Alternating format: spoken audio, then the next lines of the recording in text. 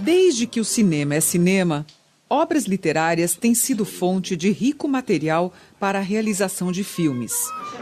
Logo, logo vamos entrar na história propriamente dita. Romances. O senhor é Benjamin Zambraia, não é? Contos.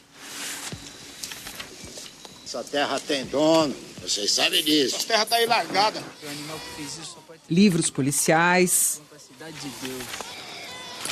Ai, cabeção! Biografias.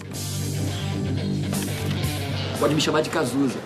Eu tô pedindo a tua mão, me leve para... Muitos livros, sucessos da literatura, são transformados em filmes. Mas a adaptação das linguagens não é tão simples quanto parece. No livro, é o leitor que completa a história com a sua imaginação.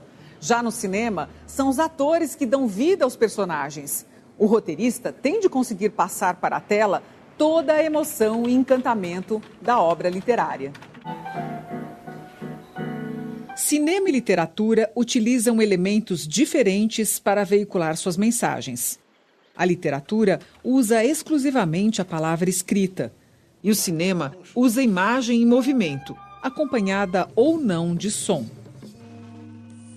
De modo geral, o que fica muito difícil numa adaptação é porque, às vezes, existe o poder da palavra. Como o escritor cria linguagem, cria imagens, né? Descrição de sentimentos, subjetividade. Eu procuro, na hora que eu vou contar o filme, buscar a minha própria subjetividade.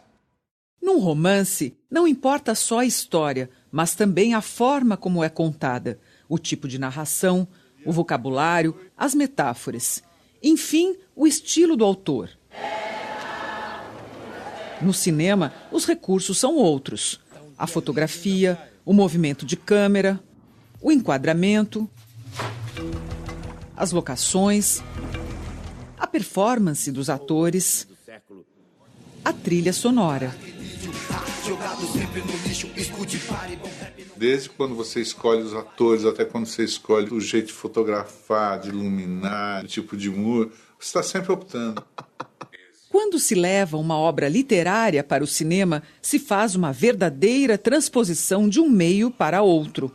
Aproveitam-se os personagens, o conflito, as situações.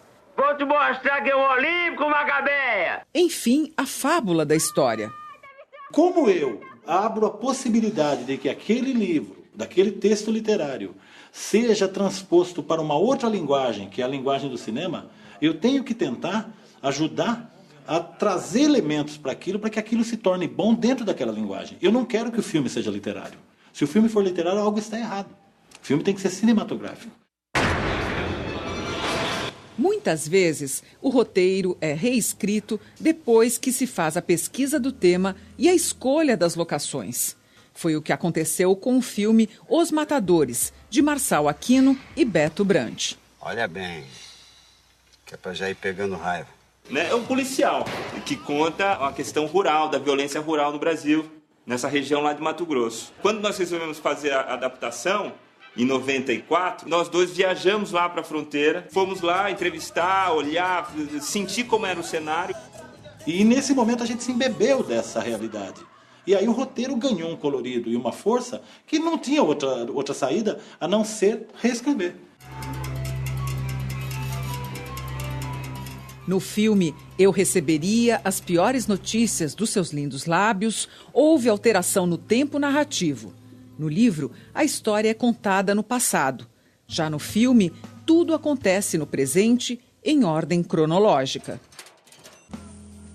A gente acompanha tudo que passa na vida do fotógrafo, que se relaciona com o personagem da Camila Pitanga, que é uma mulher que foi violada pelo padrasto na infância, foi para a rua, viveu na Copacabana, foi prostituta, e um pastor tira ela da rua. Expulsai, Senhor, todos os seus terrores e todos os seus vícios. O personagem da Camila Lavínia vai para o Pará junto com o pastor e conhece esse fotógrafo, que é um new hippie, né? Um sujeito que transita pelo Brasil com a câmera na mão e buscando retratos, buscando experiência de vida e tal. Liberdade aos pardais selvagens. De repente, tomei um choque que me levantou a um palmo do chão. Lavínia passou à minha frente de mãos dadas com o pastor Hernani. Os dois procuraram um lugar de onde pudessem enxergar o palco e se postaram numa das laterais da praça. Matei a cachaça, peguei meu copo de cerveja e me exprimi entre as pessoas até encontrar um ângulo que me permitisse observá-los.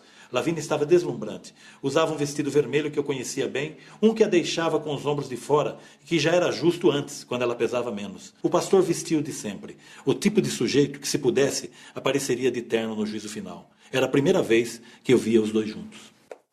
Agora vamos mostrar no roteiro. Vamos tentar achar aqui, né, onde é que está essa cena, né, Beto? Sequência 29, externa, Praça da Cidade, noite. Com uma de suas câmeras a tiracolo, o Calbi chega à praça lotada, onde, num palco com publicidade da mineradora, está acontecendo um showmício político, com uma banda de carimbó. Ele se aproxima com alguma dificuldade por causa da aglomeração de uma barraca que vende cerveja e cachaça em copos de plástico. Pede um pouco de cada e, em seguida, fica observando o movimento da fauna humana local. De repente, Calbi tem um choque. Passam por ele Hernani e Lavínia de mãos dadas, na primeira vez em que Calbi vê os dois juntos. A essência está mantida porque ele vê a Lavínia como pastor, que é o que interessa para nós. Como é? Vamos usar as ferramentas do cinema. No livro eu não posso pôr música. Eu adoraria botar um CDzinho para você ouvir a música. Não tem. No cinema você tem a música. Tem uma outra riqueza sensorial.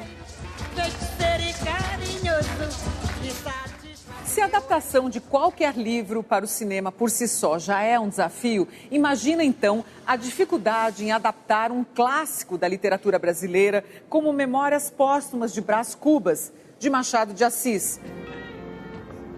Existem duas adaptações da obra, a do cineasta Júlio Bressani, de 1985, e a de André Klotzel, realizada em 2001.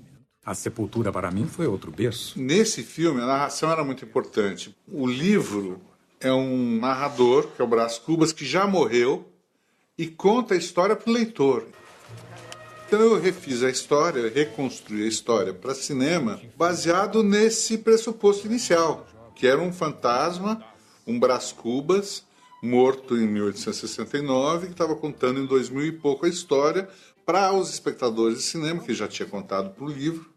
Ele estava recontando da maneira dele. E a partir daí eu fui transpondo, achando maneiras de contar visualmente coisas que estão escritas, falar com uma linguagem um pouco mais atualizada, até porque ele é um fantasma que tinha se atualizado um pouco, a gente chegou a essa conclusão. Você, espectador que já se remexe aí na poltrona, tenha calma.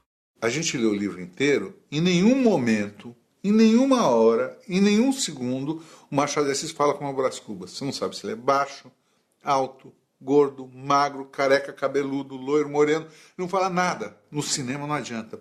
Primeira hora que você mostra a imagem do Brás Cubas, você vê como ele é. Cumprimente o doutor Brás Cubas. A escolha do ator foi muito complicada. Inclusive porque eram dois atores, fora a criança. Então o tratamento do fantasma foi diferente. Tem um rosto branco de pó de arroz, ele tem um bigode, um cabelo assim. O Petrônio, que é o ator jovem, ele de certa forma tem alguns traços semelhantes. Então era super delicado. Quanto precisa ser parecido para você acreditar que são a mesma pessoa, ou quanto não precisa, porque é uma fantasia. Ah, Eugênia, que olhos tão lúcidos, que boca tão fresca, que moça tão bonita. Bonita, mas coxa. Eu li sobre o Memórias Póstumas, eu li sobre o Machado de Assis, a vida dele, as outras obras dele, e a obra completa dele. Eu li sobre a história da época, eu reconstituí o Rio da época, eu fui entendendo todo o contexto daquilo. Então o roteiro foi se modificando em função da minha experiência com o assunto. Você fazer um filme de época é como ser um sonho, você entrar naquele sonho, você entrar naquela viagem, se imaginar no Rio de Janeiro, se imaginar com aquela cabeça, pensando daquela forma, com os costumes, como as pessoas sentavam, como elas andavam, como elas olhavam. Então tudo isso tem que saber para fazer o filme. Então você entra, você viaja para aquele tempo, entendeu? Aí, essa cena aqui. É só reticência dessa cena. O velho diálogo de Adão e Eva, Brás Cubas, interrogação, vigília, reticência. Brás Cubas, reticência, vigília, exclamação. A maneira de fazer essa cena, que era a cena de Adão e Eva, de reticência, foi essa. Ele não sabia o que falar, o próprio narrador não ter palavras.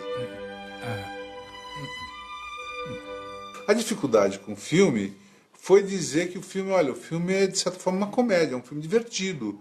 Porque falava Machado, essas pessoas já imediatamente assim, para a escola, a obrigação. O filme é divertido, pode assistir que é divertido, que é engraçado.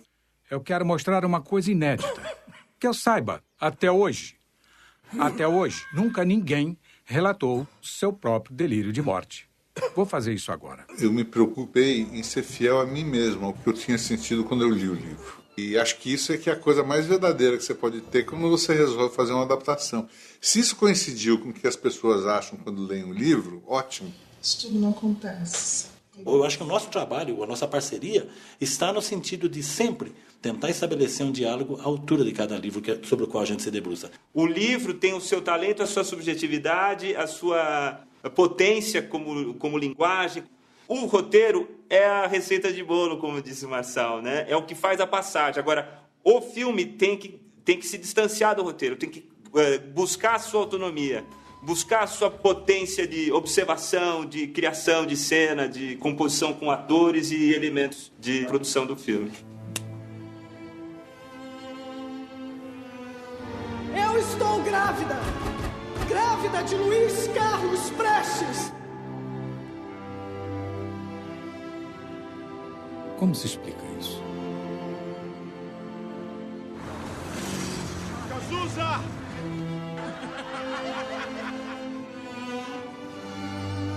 Senhor, mate-me! Quem vai ser o próximo? Eu não sou assassino! Com que traços se desenha o corpo dessa mulher?